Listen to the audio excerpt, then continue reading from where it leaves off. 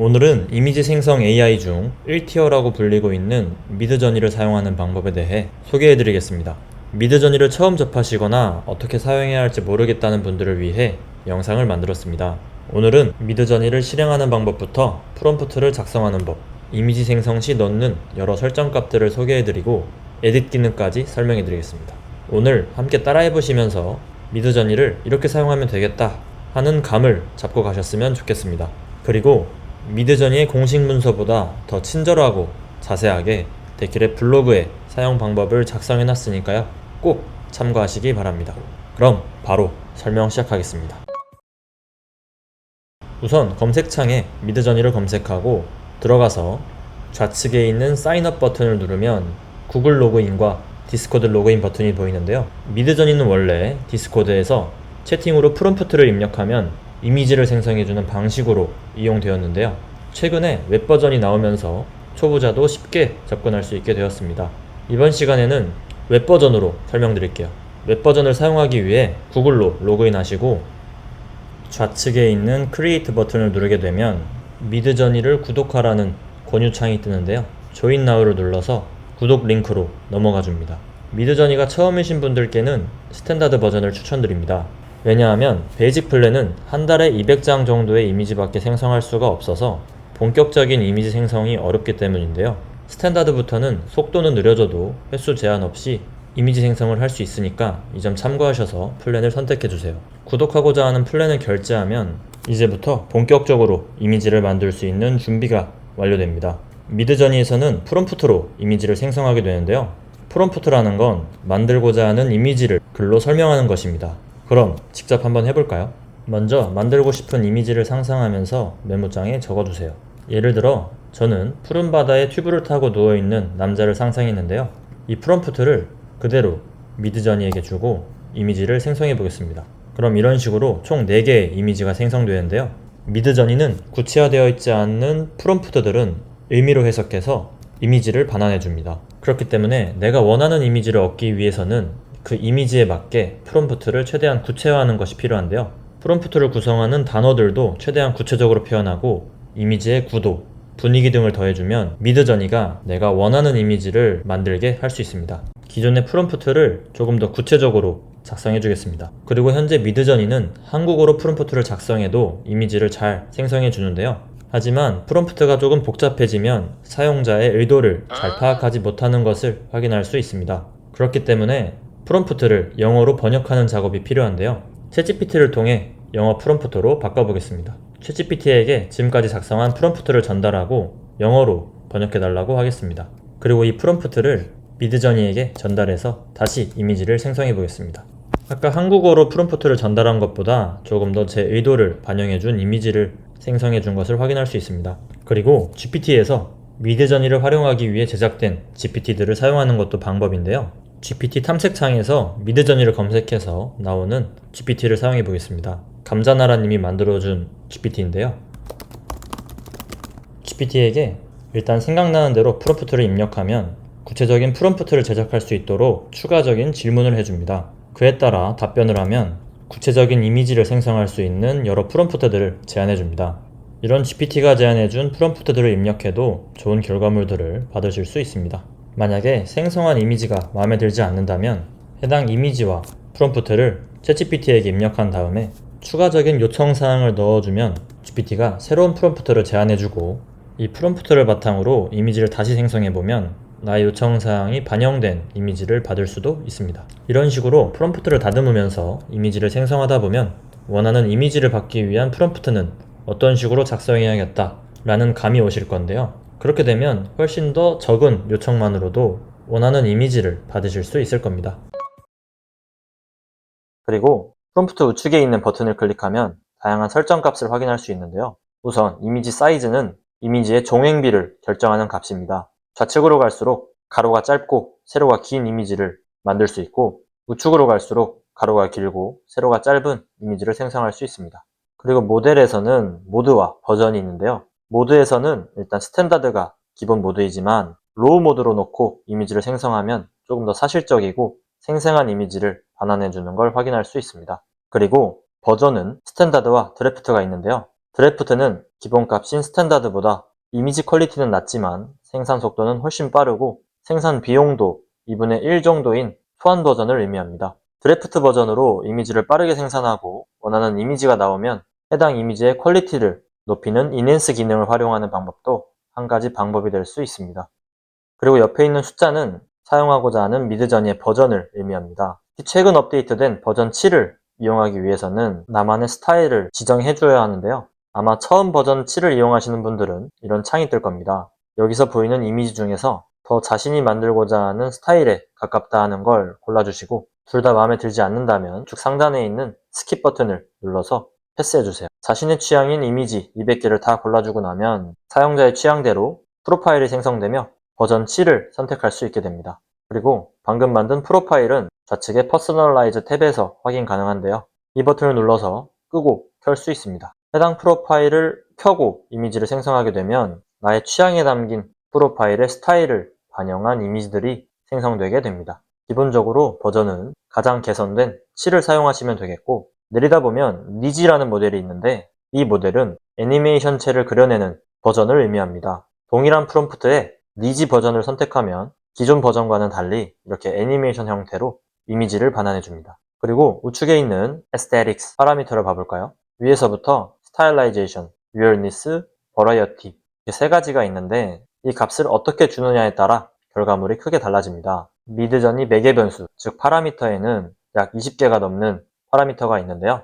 이번 시간에는 UI에서 조정 가능한 파라미터 위주로 설명드리고 나머지 변수들은 다음 편에 자세히 설명드리도록 하겠습니다. 우선 스타일라이제이션은 생성할 이미지에 얼마나 예술적인 창의성을 부여할 건지를 의미합니다. 기본값은 100이고 이 값을 적게 주면 프롬프트에만 충실하게 이미지를 제작하고 수치를 높이면 미드저니가 조금 더 창의성을 더해서 이미지를 생성해 줍니다. 그리고 weirdness는 얼마나 기발하고 비전통적인 느낌을 줄 것인지 결정하는 매개 변수입니다. 기본값은 0이고 숫자가 높아질수록 더욱더 기발한 이미지를 제안해 줍니다. 그리고 버라이어티는 카오스라고도 표현하는데요. 이 수치가 높을수록 한 번 이미지를 생성할 때 각 이미지들이 같은 프롬프트지만 다양한 이미지를 반환해 주려고 노력합니다. 이미지를 만들 때 다양한 컨셉을 받아보고 싶다면 이 수치를 높여놓고 받으면 수치가 낮을 때보다 더 다양한 컨셉을 받아볼 수 있습니다. 이 에스테틱 수치들은 여러 값을 넣어보면서 자신의 취향에 따라 원하는 수치를 넣는 것이 필요한데요.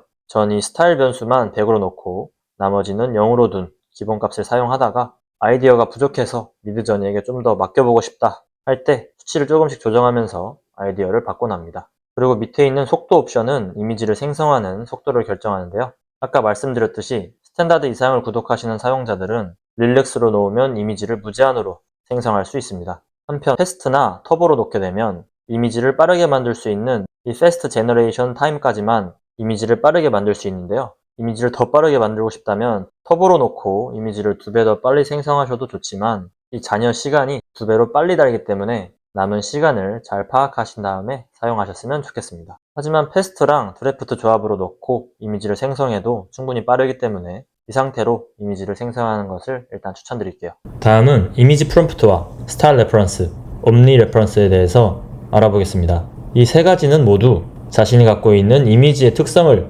바탕으로 새로운 이미지를 생성해내는 방법인데요. 우선 이미지 프롬프트는 내가 가지고 있었던 기존의 이미지의 모델을 바탕으로 또 다른 이미지를 생성할 때 사용할 수 있습니다. 예를 들어 여기 샘 얼트먼을 닮은 이미지를 이미지 프롬프트에 넣고 바다에서 울고 있는 남성의 이미지를 생성해 달라고 하면 이렇게 바다에서 슬퍼하고 있는 올트먼의 이미지들을 받을 수 있습니다. 그리고 추가적인 프롬프트 없이 이미지만 2개 넣어놓고 이미지 생성을 해도 이런 식으로 이미지 생성이 가능합니다. 그리고 스타일 레퍼런스는 기존 이미지의 시각적 분위기를 차용할 수 있는 기능인데요. 예를 들어 이 해골의 이미지의 분위기를 차용하고 싶다면 스타일 레퍼런스에 이 이미지를 넣고 프롬프트를 작성한 다음에 이미지를 생성하면 비슷한 분위기의 이미지를 생성해 줍니다. 그리고 내가 원하는 스타일을 찾아내기 힘들다면 스타일 사파리나 미드저니 스타일 레퍼런스 사이트를 참고하시는 것도 방법인데요. 예를 들어 이런 스타일의 이미지를 만들고 싶다면 스타일 레퍼런스 값을 복사한 다음에 만들고자 하는 이미지의 프롬프트를 작성해주고 복사해둔 스타일 레퍼런스 값을 붙여 넣어주면 해당 스타일을 반영한 이미지를 생성하실 수 있습니다. 이런 식으로 원하는 이미지의 스타일 레퍼런스들을 메모해 두셨다가 추후에 또 사용하셔도 되겠죠? 다음은 옴니 레퍼런스에 대해 알려드리겠습니다. 옴니 레퍼런스는 기존의 이미지에 있는 사물, 모델 등을 일관성을 유지하면서 새로운 이미지에 넣을 수 있는 기능입니다. 사용 방법은 일관성을 유지하고자 하는 이미지를 옴니 레퍼런스에 넣어두고 새로운 이미지를 위한 프롬프트를 적어주시면 됩니다. 예를 들어 이 모델을 여러 프롬프트를 작성해서 일관성이 유지된 다양한 이미지들을 만들어낼 수도 있습니다. 그리고 이곳에서 옴니 레퍼런스의 수치값을 수정할 수 있는데요. 미드저니는 이 수치가 높을수록 옴니 레퍼런스에 넣어둔 이미지의 디테일을 더욱더 살리려고 노력합니다. 하지만 이런 식으로 너무 높은 수치를 입력하게 되면 이렇게 옴니 레퍼런스에 이미지가 포함되지 않거나 비정상적인 이미지를 생성하곤 합니다. 아마 이 부분은 버전이 업데이트되면서 더 나아지지 않을까 싶은데요. 모델의 일관성을 잘 유지하기 위해서는 모델의 특징이 잘 드러나는 이미지를 옴니 레퍼런스에 입력하는 것이 필요합니다. 이후 옴니 레퍼런스의 가중치를 400에서 500 정도로 두고 이미지를 생성하면 일관성이 잘 유지된 결과물들을 확인하실 수 있을 겁니다.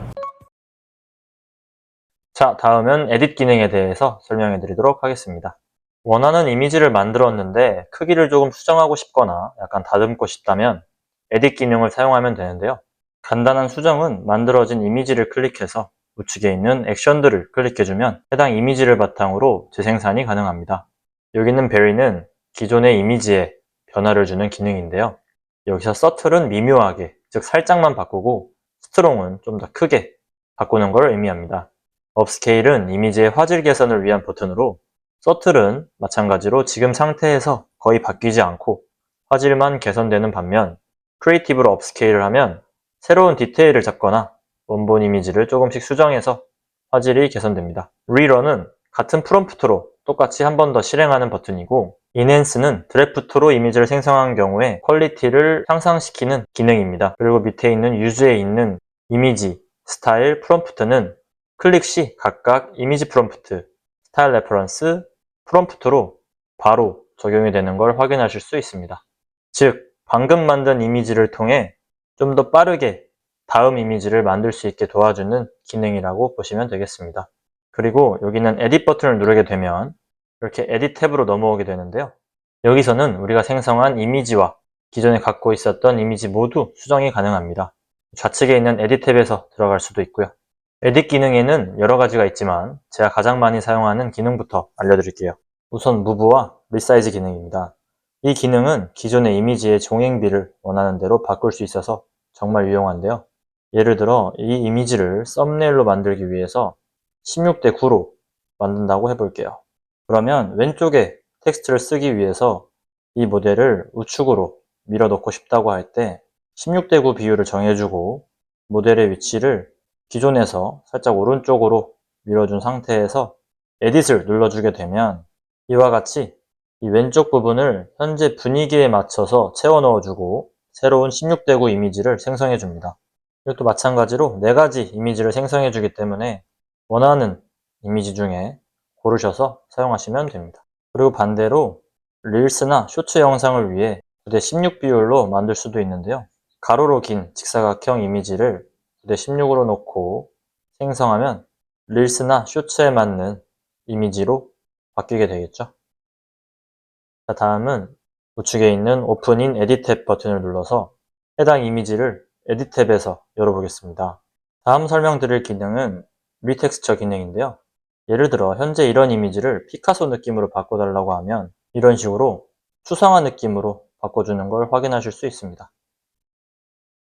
여기서 포테이토 피자라고 써주면 약간 이렇게 감자 피자 느낌으로 바꿔주기도 합니다. 좀 기괴하죠? 빨리 넘어가겠습니다. 그리고 페인트는 이미지에서 수정할 부분을 고칠 때 사용하는 건데요. 이레이즈로 수정할 부분을 표시하고 리스토어 버튼으로 다시 되돌릴 수 있습니다. 물론 이렇게 이레이즈를 하고 나서 컨트롤 Z를 누르면 되돌아가기도 하고 좌측에 있는 버튼을 눌러도 되돌리기가 가능합니다. 여기서 브러쉬의 크기를 수정할 수도 있고요. 예를 들어 모델의 머리를 살짝 지워주고 하얀색 모자를 씌워보도록 하겠습니다. wearing white cap, 캡이 아니라 head으로 해볼까요? 방금은 리텍스처로 놓고 이레이즈를 해서 이제 미드전이 마음대로 이미지를 생성해 버렸는데요. 리텍스처로 놓지 말고 에딧으로 놓은 다음에 다시 실행해 볼게요.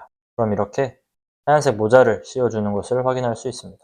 그리고 밑에 있는 스마트 셀렉트는 피사체를 정확히 선택하기 어려울 때 유용한 기능입니다. 예를 들어 이러한 커피잔을 브러쉬로 선택하고자 한다면 조심스럽게 채워 나가야 되는데 좀 어렵잖아요. 그럴 때 정확하게 눕기 따듯이 이미지를 선택하고 싶으면 스마트 셀렉트를 누르고 클릭하고자 하는 피사체를 클릭해주면 나름 정확하게 이런 식으로 영역을 선택해줍니다. 이 상태에서 들고 있는 음료수를 캔맥주로 바꿔볼까요? 캔 비어라고 써준 다음에 이 상태에서 Erase 셀렉션을 클릭한 다음에 Submit Edit을 누르면 이런 식으로 커피 대신에 맥주잔을 들고 있는 모델을 확인할 수 있으실 겁니다. 그건 꽤 자연스럽죠? 자, 오늘은 이렇게 미드저니 사용 방법에 대해 알아보았는데요. 영상만 봐서는 감이 잘 안 오실 수도 있습니다. 그러니까 방금 배운 내용들을 직접 따라해 보시면서 익히시길 추천드립니다. 다음 시간에는 오늘 다루지 않았던 매개 변수와 개인화, 무드보드 등에 대해서 자세히 다뤄보겠습니다. 영상을 끝까지 시청해 주셔서 감사하고요. 언제든 궁금한 게 있으시면 댓글로 알려주세요. 데키레비였습니다. 감사합니다.